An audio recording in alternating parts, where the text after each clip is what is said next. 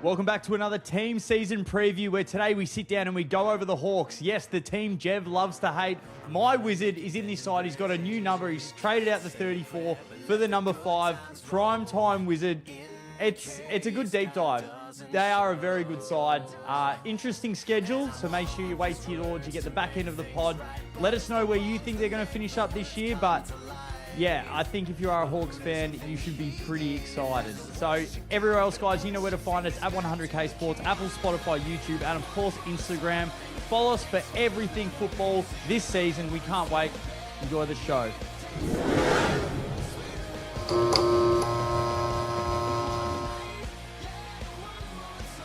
All right, welcome back to another season preview. These have been awesome. These have been unbelievable to do. Thank you, powered by Satmate and PointsBet. We're rolling through them, Jev.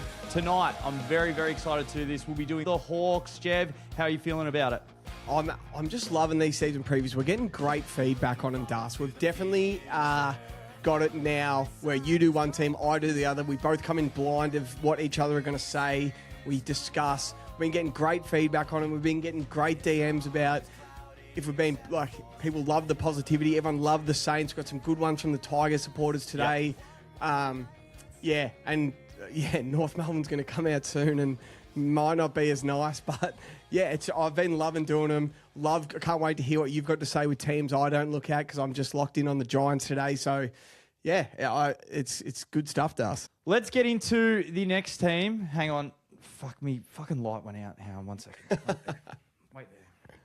Sorry, guys. We're about to crack into the Hawks. I'm excited about the Hawks. This time last year is when I called them the Timu Swans, and it went down like a lead balloon for the whole year. And I've got some opinions on them this year. I'm going to let Das go for a bit. I'm going to hear what he's got to say, and then we'll see. We'll see what I've got to say. I don't know what Das is doing. He's lights out or something. He reckons he's the wizard. The wizard. I was not ready for that. Wizard! Oh, the Hawks, Jev.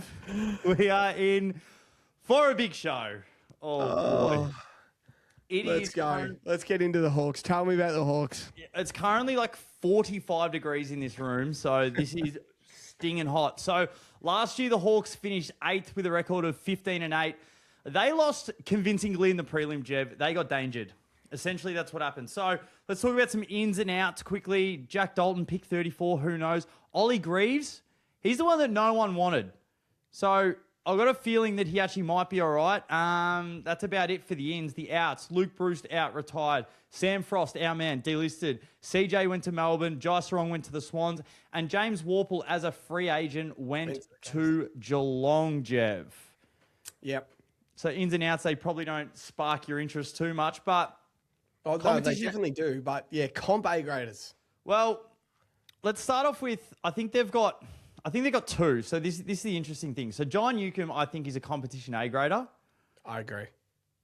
I'll talk about him a little bit later as we go through, but because I've got something else I really want to dive into his numbers a little bit more. But the back end of last year and what he did, I don't think we can argue the fact that he's a competition A-grader. He took the reins when this man wasn't there. Will Day, Jev. He played 6 games last year. When he's playing, he's a competition A-grader. He just doesn't play. So I can't put him... I just want to put like an asterisk next to his name because whenever he's on the field, he's unbelievable. The first 4 games of last year, we were there on the first game. He had 26-3.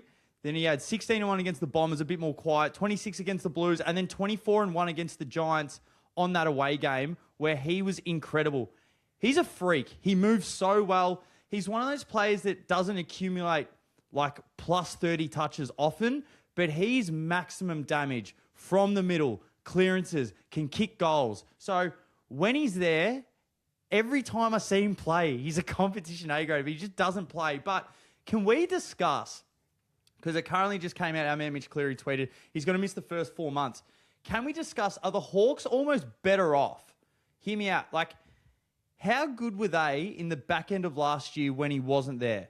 So it's not like that Newcomb's gone down now and they've got to try and replace Newcomb or try and find someone else to take his role. But because they were so good and say Will Day comes back at the back end of this season, Now they get to explore a little bit more some of those other role players. Where else can we find someone else and give those guys another couple months to shine through? It gives them another opportunity, as I was saying, just to help their depth come through, because I just felt that their game was in such good order last year. It's like, as soon as Will Day comes in, there's like 2 or 3 guys like Cam McKenzie, Josh Ward, a few of these guys just go straight out of the side. This gives them another crack now, another really good crack to be like, let's see what we've got here, and then hopefully Will Day can come in the back end of the year. I don't think it's the biggest, like obviously Hawks fans want him playing, but you did pretty fucking well without him last year. And when he eventually hopefully can come back and get his body right, but yeah, I don't actually think it's the worst thing. I don't. I just can't cop calling him a competition A-grader. He just doesn't play. We just don't. Sure. And that's what I meant. Like, you can't put him there, but He's a comp A-grade talent, but he doesn't play. But I'll give it to you the other way of what you just said.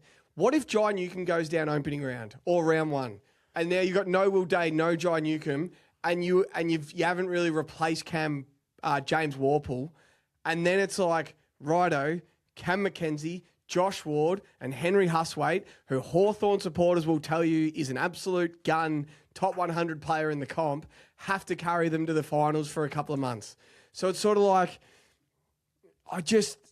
they can't, the Will Day thing, and maybe it's good for them, we find other ways. It's fine if they're winning games. If they start a bit slow and stuff, they will want Will Day back, and I would just be so filthy he's injured again. I'd be so over it. I wonder if they had their time again and they put in a slip. We'll give you Will Day for Zach Merritt.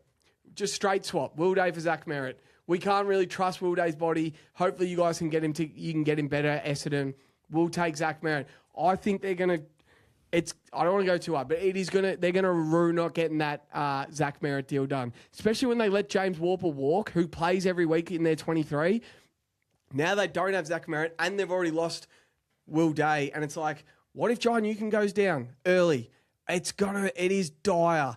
It is so dire. I don't know. Maybe I'm being too negative, Das, but let's get into position A-graders, because this is where I don't know your number you're about to say, but just off the top of my head, I reckon you could nearly say 5 or 6 guys here. Yeah, well, this is the thing. So usually we say, if anyone's listening, if you're a Hawk supporter, you haven't listened to our other pods, we go through off some similar questions, but comp A-graders and then position A-graders. Usually the yardstick, give or take, for position A-graders is if they could usually walk into another person's side, or like pretty much any team in the comp. So I'll just sort of tick through and you say yes or no. Yeah. James Sicily, position A-grader. Yes. He's a 2023 All-Australian. He's a gun. Carl Amon, half-back line. 50-50. Okay. Massimo D'Ambrosio on the wing. 50-50. Blake Hardwick. Yes. Dylan Moore. No. He's not a position A-grader. All-Australian the year before. No. I don't care. Jack Gunston. He has to be. Is he All-Australian? Yeah, okay. He has to be. I'm just skeptical he's going to do it if he can do it again this year. But he has to be. Fine. He won their best and fairest. He has to be. You're asking the wrong bloke, but fine. Josh Battle. Yes. Josh Weddle. No. Tom Barras. Yes. Nick Watson. Yes. And then a couple of guys on the fringe I had is Jack Ginnivan and Connor McDonald. I just like them as players, but they're not quite position A-grade. They've just got a lot of those half-forward sort of guys. They're your A-grade role players, yeah. Yeah. So that's what I had as that. But when you go look through them, I think Massimo almost walks into any side. Blake Hardwick, for what he does, pretty much walks Blake into Hardwick's any side. awesome. Yeah, he's a freak. You can plug him where you want. Yeah. Now, let's quickly talk about our man now officially, because you're on board with the Wizard, Jev. Is it possible that Nick Watson has the biggest leap of any player in 2026? Is it possible? I mentioned when we did the Melbourne pod that for 4 seasons, Cozzy averaged 11 to 13 touches and 1 goals 3. Then last year, with a lot more opportunity, more midfield time, he averaged 20 and 2. So the Wizards' last 2 seasons, he's averaged pretty much bang on 10 touches and 1.5 goals a game. Yeah. From all the tape that I'm watching, he's in the midfield. He's running around. He's chasing down tackles. His footballing ability, especially going inside forward 50, like as a goal assist player, is one of the best in the comp. When he's on the left side, right side, how good is he at hitting in and hitting up? I reckon they're going to try and get the ball in his hands so much more. If he's playing more midfield minutes and not just a crummer, geez, that 10 touches goes up to 16 plus very, very, very quickly. Look, his goals might take a little bit of a whack, but if he's able to put his maximum damage on a game a lot more, we will soon be talking about... Fuck, everyone's talking about him already as a 10-touch, 1-goal player. Is there a chance that he takes the biggest leap of any player in 2026? Yeah, no, it's a big call. Like, it is big call. Like, is he going to be better than, I don't know, Aaron Cadman? I just reckon we need to slow down a fraction. He didn't even kick 35 goals last year. Yeah, did he? Yeah. What did he kick? 35. So he kicked 35 on the dot. So let me just name some players that kick. Is he going to kick more goals than Paul Curtis this year? Probably. He didn't last year. Paul Curtis played about 7 less games, kicked more goals, kicked 38. Riley West, kicked 39. Who's more likely to be All-Australian out of these players? Cozzy Pickett kicked 40. Yeah, good. He's a competition A-grader. Cozzy Pickett will kick more goals than him. Ben Long kicked 42. So let's say, as for the biggest leap, as I said, if his goals take a little bit of a whack, is it more likely that Nick Watson or West, Curtis, or who was the other one you mentioned, are All-Australian at the end of the year? So I said Paul Curtis, Riley West, Cozzy. Jack Higgins kicked 46 goals last year. Yeah. So let's say he doesn't play this midfield time. Can he have a season as good as Jack Higgins had last year? Yeah, for sure. If he's just a small forward, are you going to guarantee me 40 goals? It's like, I get all the hype and I get He should. I get the showtime and I get his must watch. And when he kicks a goal, it erupts. And it's like that Papley effect where you hate him if you don't go for the Hawks, but you'd love him on your own team. But if you go for the Hawks, fucking love him. I just reckon it's been a smidge underwhelming. I watched him that prelim final just get little boyed a couple of times. You were milking him after his other finals, saying it's him. He's taking the 50 himself. He's him. He's the kid.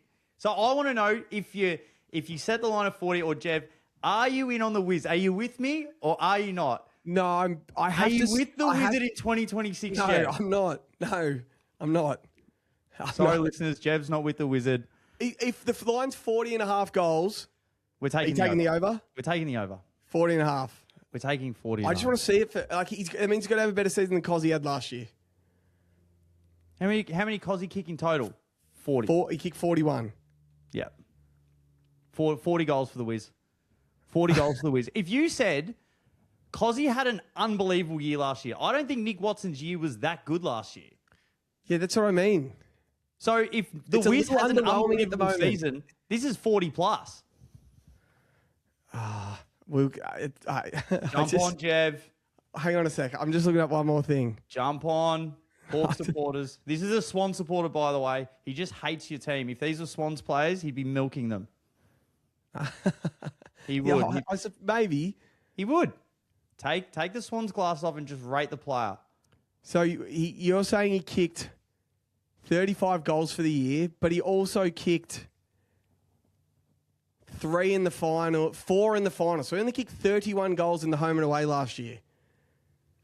Well, good on him for stepping up on the big stage. Thank you, Wizard. He kicked 1. He had 5 touches in the prelim. I don't know. It's a tough game to be a small, Jev. It's why when you say he's going to have the biggest leap in the competition, I said it's a tough game to be a small forward. Could he? I said, is it possible that Nick Watson could take the biggest leap? Is it possible? Sure it's possible. So could Harley Reid. Same draft. I just wanted to know if you were with it or you weren't, Jev. I just wanted to know if you were yes or if you were no. That's fine. You know that I think I'm possible on him. I believe in the Wizard. It's okay to know that you're not. Anyone that listens to the pod that's gone GWS into the Hawks, the way Das is sort of feeling about the Giants is how I feel about the Nick Watson. Yeah. I just think it's a little underwhelming. It's okay. A little makeup. It's a little bit of makeup and like social media and of course it is. He's got his own nickname. He's the Wizard. Yes. Of course there's going to be that. Notable role players. in the past, Jev, we've really spoken about Finn McGuinness, I think the last 2 seasons, because we're like, what other team has a tagger? So he's the ultimate role player, but he can't get in the side. What are we going to see with Connor McDonald now that he's got a new number 9, Jev? Apparently, Croft is stoked that he's actually got a player that he really likes. Jack Ginnivan, Josh Ward, can we get a little bit more from him? Sam Butler, I said in the first 2 quarters of that final, I said, this will be his last game for the Hawks. And then he came out and kicked a couple goals late against the Giants. I'm like, holy shit, he's actually in there. He'll actually be part of the side long going. Jarman Impey, he's had a really good last couple of years, Jev, as an older player. Marbior, he's very much a role player in that side. He's a bit in and out. But can we see this year, Jev, not just a flash in the pan, not just the role player, but can Cole Shadir take the keys? Can he take the keys and go from just a role player or on the park guy to can he step out and become the Jack Gunston of this side? This is what I'm very interested to see. He's such a light frame. He's so little, but he flies at the ball. He has a crack. He's a great set shot. So I'm excited to see his launch pad and to see his progression coming into this season. He's my main one that I'd really like to see step up. Yeah, it's a massive mix of the way he flies at the footy and the way he marks it, goes back and kicks him, and it's like he's a dumb guy that's being taught an extremely smart footy IQ. Like he's doing an amazing. He's a carpenter that got an apprenticeship, but he's got an apprenticeship with Jesus Christ the carpenter. The way Jack Gunston is teaching him, he's becoming such a smart forward. He does such smart things for a forward well amongst his years. But then at the same time, can we trust his body? Are we going to see him for 20 games this year? So he's another one. Marbiol Chol, I love. I fucking love Marbiol Chol. Jeez, he can do some dumb shit, but I love him. That's why you love him. That's why you love him. Then Jack Gunston, what did he kick last year? It was 70 goals, wasn't it? It was a bunch. I'm pretty. If I set the over under at 70 and a half, if I set it 65 and a half, like, can you see last year being repeated? And I get Hawthorn supporters will say the goals we lose with Gunston, if he goes back down to 40, is what we're going to get with Cole Shadir. So let's say Gunston and Cole Shadir combined for 100 goals last year. They're probably going to combine for 100 again this year, except it'll be Colsha 50, Gunston 40 sort of thing. So I get that. I love Chol. Yeah, I'm trying not to be too skeptic. I've just got a few questions, so I'll let you keep going. I got a couple more. What else are you up to? I'm up to the Dark Horse All-Australian. So it's, again, like there's usually like one big spot as that big half backer, like, you know, like how Blakey plays. So I've got 2 things I want to touch on. Josh Weddle, where exactly is his position? They throw him around everywhere. He's so explosive. When he can go on a run, when they can give him space, when they can switch the ball, when he gets to play the MCG, he stands out. He can kick goals. So where that, again, like all-Australian utility, like halfback runner, just as like a horse out of the gate. Yes. Absolutely, he can be an all-Australian. But again, I wanted to mention, this is not Dark Horse All-Australian. This is Dark Horse Brownlow medalist. So we've got to talk about John Newcombe, Jev. And now that we've got Will Day out a little bit more, thanks to StatMate, I was able to check this. Isn't it funny? Like, you would say last year was mind-blowingly better, his season, was it not, to his previous few? Yeah. So he's practically averaged 25 touches and a goal every 2 games his last 3 seasons. The stats are identical on the stat sheet, but what he did last year, brutal at clearance, he was able to break tackles, but isn't it interesting that he was second in the league as a midfielder for freeze 4? So Matt Rao had 53, he had 50. So he's awarded, what was it? And the year before, he was only awarded 27. So that's a massive jump. So there's either 2 things here. He's either going harder at the footy and he's getting first there, or players are trying to put a lot more work into him and they're getting sloppy at contests and then they're giving away free kicks. Yeah. Whatever it is, he's figured out how to get the ball in his hands much more. 50 free kicks a game. And as you mentioned before, it's like, yes, Will Day's down. If they lose him, it's going to be hard to replace him. But this is how important I think this guy is. That if they're winning and if he can hit the scoreboard a little bit more, these are the stat indicators that we look at. So there's clearances, contested possessions, the top or the last 4 Brownlow medalists have been top 5 in both. Yep. And then practically over the last 10, 7 of them have been top 5 in freeze 4 at the end of the season. That's why I mentioned on the Tom Green, on the GWS pod, that Tom Green was 177th in the league. If you look at John Newcombe, he was 2nd in the league for midfielders behind Matt Rao. Again, big vote getters. Caleb Sarong's another one like that. So this is a very interesting one to see now that Will Day's out. Fuck, he could get a stack of votes as long as he stays healthy. Yeah, I agree.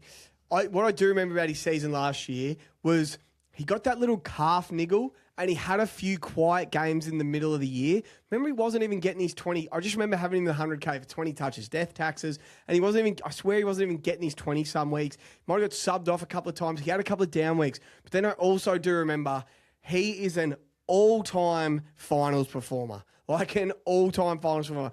He gave the Crows the business. Like the absolute business. He gave the Giants the business. He had a bit of a shocker on Danger, or by memory. He wasn't as good prelim day, but I just remember his first 2 finals were just out of this world. So he's an all-time finals player. Yeah, he's got a good season ahead of him. But I think it's so much on his shoulders. I'm trying not to be too negative on the Hawks.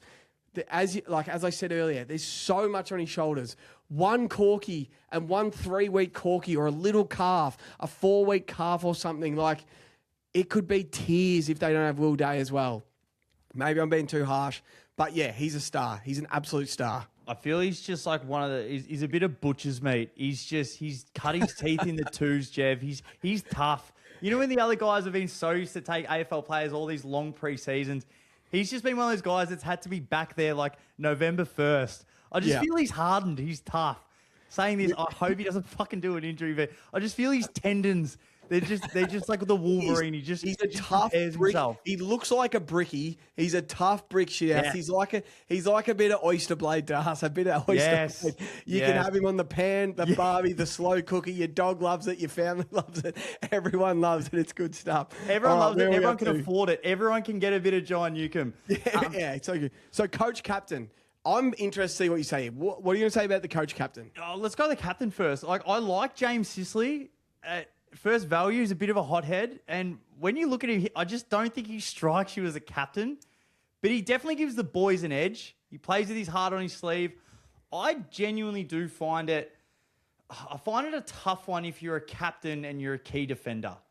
I think you got to have fucking thick skin. Harris Andrews does it better than anyone. McGovern did it for years.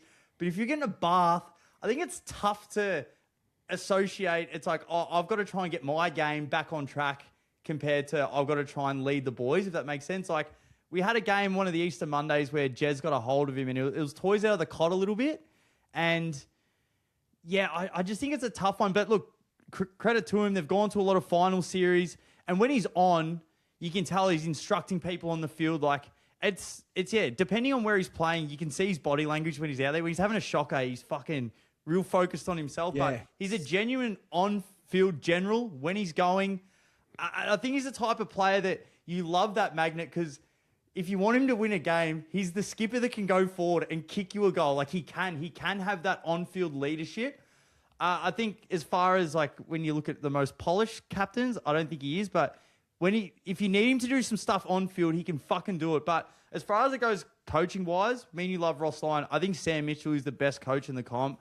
I think any insight you get to watching the Hawks train or when he talks, when they were like bottom of the run, he let the AFL have full access to the club. Almost I thought it was like part of an insurance policy that it's like, if the Hawks are doing shit, they're like, what is he teaching them? But everything was on camera. And when you listen, you're like, oh, he's giving them such good insights. He's telling Massimo to brush his teeth with his right hand. Like, he's giving so much direction. And he can really fire up. Like, he talks to them like adults, but he can fucking spray them as well. Yeah. So, I know. I just think he feels super approachable. But the thing is, he knows what success looks like.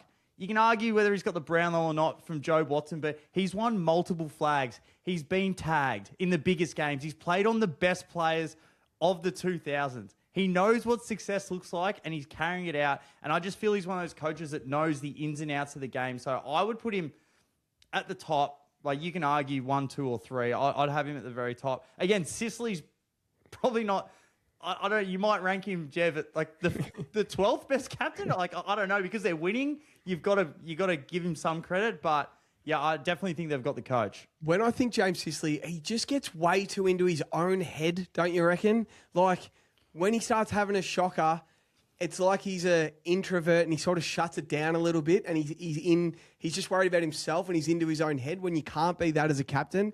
Remember at the start of the year when they were flying, he was biting off kicks that no one else in the league was hitting in the middle. Like a quarterback. But then when he started getting in his own head, he was playing like... I remember people saying they want him to come back through the twos when he got that injury, or he should play twos. I remember that was a topic that maybe he should be playing twos. Like, that's how bad he was going. You started that topic. No, I didn't. I think it's too much. I think it's too much of a roller coaster with Sicily. I just think it out loud. I wouldn't mind if they named co-captains of James Sicily and Darcy Moore, because Darcy Moore is just that level-headed, stoic, just straight line, doesn't get too high, doesn't get too low. And then Sicily can be James Sicily, who the fans love and all this. And if he does get in his head, Dylan Moore can go get into him or lead in his own way. And then Sam Mitchell. This is when I had my Timu Swans take last year. I said the Hawks is the Timu Swans. The one thing I was completely wrong about is how good of a coach Sam Mitchell is and how good their defense is. I think they've got the best back six in the comp, Das. I think they've got the best defense or the best back six in the comp.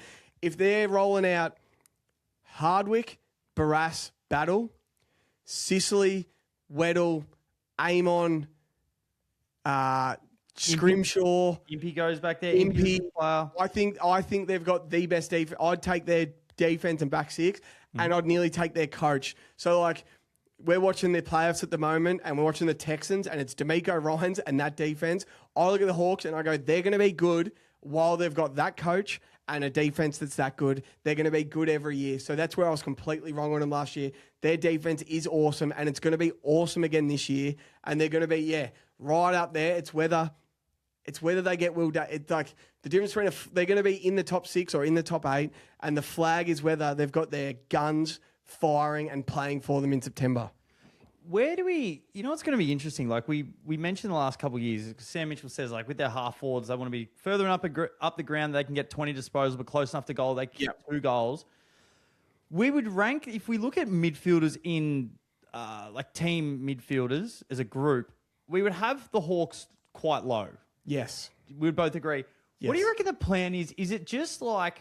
Once the centre clearance, if Lloyd Meek, somehow, it almost seems like, again, if someone else step up, that's great. But it looks like Newcombe or bust on the clearance, and he got him out of trouble a lot more. But is their plan as soon as that happens that they just try and get as many numbers to the footy as they can? Like, just bring everyone up. Let's just try and make it dirty, because then we can run the other way. Because I don't think they want to be isolated too much at any stoppage. Yeah, no, for sure. Especially after what they saw Danger do to him last year. Like, what he did, that's going to change everything in the offseason. Like, if a player is just going berserk on us, how's it going to look different this year? And I agree.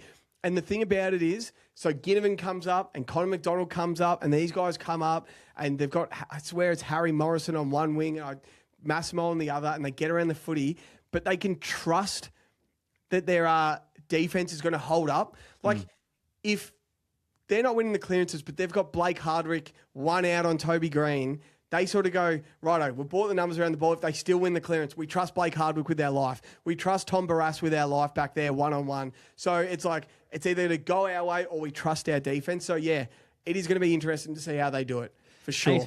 Hey, obviously, again, with Sam Mitchell, something's going to give. It's like, we're going to work on this clearance stuff, or if someone, as you said, if someone gets a hold of us, how are we neutralizing this? Because you cannot let that happen again. Yeah. You cannot let... And almost, even when we were at that prelim watching, it's just like... It was like, imagine watching like LeBron in his prime on. It's just like, you put 3 on him and he's just getting the ball. Like, you can't stop him. So, strength of schedule. As we go through, I looked at the names and I looked who they're playing, but then... you look at where they're playing and it makes a little bit of a difference. So as you said, the Giants, I'll do what you did the other week, like 5-game blocks. Giants away, Bombers at home, Sydney at home, Geelong at home, Bulldogs at Adelaide Oval.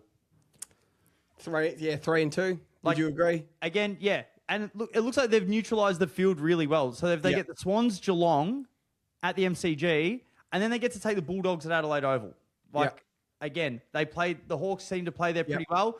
Then you got Port, you got Gold Coast in Tassie. That's then you good. got Collingwood, Freo at Freo, and then Melbourne. It's not a bad start. Yeah, not a bad start at all, especially because they were the team that got Gold Coast in Darwin last year. And we just said, you don't beat Gold Coast in Darwin, you don't really beat the Hawks in Tassie. Now all of a sudden the Suns have to go down there. It's like, there's advantage Hawthorn. Yeah, that is a good start. I agree. That has like 8-3, 8-2 sort of, or 7-3 written all over it. It could be for sure. Adelaide in Tassie. Good place to get Adelaide. The Saints, Dogs at the MCG, Gold Coast away, and then the Giants at home. Yeah, it's a good schedule. Yeah, it is a good schedule. That's right. I was reading through it, and I was like, fuck, they're getting some players in some good spots. So some teams in some good spots. And they got Melbourne in Tassie, Carlton, Richmond, Essendon, North in Tassie, Brisbane at the Gabba, Collingwood, then West Coast. It looks like a very nice schedule if you are a Hawthorn supporter. That feels like a top 4 schedule. It feels like you saying that loud, and we don't know how good everyone's going to be. For sure. But just you saying who they're getting Tassie and all this stuff. You know, they go to the Lions at the Gabba. Yeah, that feels like a good schedule. I think it's the best one that we've read out so far. Yeah, I agree. Reading it out, I was looking at all the teams. I was like, fuck, the first 5 games could be like, or first 4, Giants, Sydney, Geelong, Bulldogs. I was like, it's pretty tough. Giants away, Bombers at home, Sydney at home, Geelong at home, Bulldogs at Adelaide Oval. And the next time they get the Bulldogs at the MCG, which is what they like. So their floor is wins. Everyone shits the bed. It's 12 wins. Somehow they don't make the finals. I think that their ceiling, absolutely, they could win 18 games. Like absolute maximum. I really do. Their line, do you want to have a stab in the dark at it? Sounds the exact same as last year, 14.5. 15.5. Wow. That's big. That's a big line. 16 wins is not easy. No, it is not. But yes, the schedule's awesome. But like 15.5 with an awesome schedule, but no Will Day for 4 months. Like if one injury, John Newcombe goes down. Gunston's not as good as last year. Barras goes down. No more Jai Sarong in the twos. For sure. If we're not banking on injuries, I know it's hard not to. That's the thing. If it was 14.5, I'm like, yeah, probably over. 15.5 is huge. What did they win last year? 15. 16. They finished 8th with 15 or 16? I think they were 8th. So I've got it here. They finished 15-8. 15-8. Like they were good last year. I think they'll be better under Sam Mitchell another year. Oh, see, I don't know. Again, if we have our top 5 over-unders of the season, I won't put them in. Yeah. But I'm tipping the over. I'm taking them at 16 wins. I think that their spine, their notable role players and their position A-graders, they've got the best around the edges in the comp, you could argue. They're lacking the midfield. So unless they're creating stars throughout the season, who knows? But defense behind the ball just makes me more confident. And their half forward up and running ability, their ability to score, is fucking awesome. Their ball skills are good. They will get found out some games. It might be a cold day in, like Geelong might get them one day, or just another big body midfield. Gabba. Yeah, like on the Gold Coast. Brisbane go to. But some of the games that those teams played last year were unbelievable. The Easter Monday game. Remember how fast the game was Hawthorn Gold Coast? It was like 150 apiece. Yeah. You remember Hawthorn Brisbane? That was a track meet. Yeah. So they're a good side. They're going to have a couple of great games against the Dogs. I think they're in for another. If you're a Hawk supporter, I think they're in for another fun season. Like them versus the Swans is an awesome matchup. You know what's actually great? You get them round 3, and then hopefully don't verse them again until the finals. Like see a bit about each other. Both go your own ways. Again, Swans, you see at the pointy end of the year. Like I could see the Swans be like, yeah, they should be up there. I see the Giants initially. I'm like, nah. Bulldogs, nah. Yeah.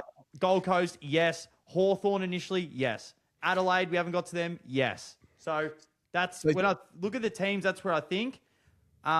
Anything on that before I get into the multi? Well, 6 teams won 16 or more games last year, so 15 and a half. So teams are going to win it. Gold Coast didn't win. Gold Coast finished on 15 wins. Before we've even thought about it, we both think it's going to be over. Yeah. We think the Swans are going to win more games. I just can't believe it's 15 and a half. That is a big line. Yeah. So how many teams did you say? 6 teams won over 15 games last year. I think it's more likely than not that they're a top 6 side. So I will go as far as saying, and I'll try and write it down and remember it. The winner of opening round GWS Hawthorn is the one that goes over on their line. If GWS win that game, they go over 13.5, Hawthorn go under. If Hawthorn win that game, they go over 15.5, GWS go under. I like it. I still think Giants can win and go under. What do you think about a Hawthorn? You got to back your man. It has to be built around your man. It has to be. Nick Watso, he's kicked 25 goals, 35 goals. We're going Nick Watson 40. No, he only kicked 31 goals last year. Finals don't count on this bet. We're including final. This is my bet. Okay. Nick Watson to kick 40 goals in the season, the entire plus season. Finals. You have to write that plus finals. Plus finals. 40 goals. John Newcombe All-Australian. Hawks over 15.5. Hawks fans will love it. They will love it. It is so much to do, but it's fair. It is fair. If you're a believer. That line, I was like, fucking hell, that's a big number. Did Battle made All-Australian last year? Barras didn't, did he? I was going to say, maybe do we go... Yeah, don't worry about it. What about Weddle? Everyone loves Josh Weddle. Here he's going to be a top 5 player in the comp. He's a bit of a horse that runs around. Yeah, but I just think it's way more likely than Newcombe makes All-Australian than Weddle. Newcombe All-Australian, great. Wiz to kick 40 goals in 2026, over 15.5. Over 15.5. It's a big line. I can't wait for the season to start. It's going to be so good. It's going to be really interesting to see like that first 10 games. Giants, Bombers, Sydney, Geelong, Bulldogs, Port, Gold Coast in Tassie, Collingwood, Freo, Melbourne. It's not a bad first 10. Set yourself up. And then Adelaide, like, again, we haven't done them, but get them in Tassie, another one. I'll put it this way. I'm never celebrating an injury, but when I saw Will Day with his shoulder, I'm like, round 3, Thursday night, MCG, Swans, Hawks. I was pretty happy that I'm like, I don't think Will Day will be playing in that game. When I first saw that, I'm like, he's the one that single-handedly beat us last year opening round. Now he's not going to be playing. He's a good player. All right, Hawks fans, let us know. Are you super optimistic coming into this season again? Or are you a bit like, fuck, we'll see how we go? I'm interested to see how the midfield works. And again, I sort of agree. I think if they were going to have another big push, this is the year. Fucking get rid of some picks, get rid of some other players, and get Merritt in the building. But didn't happen.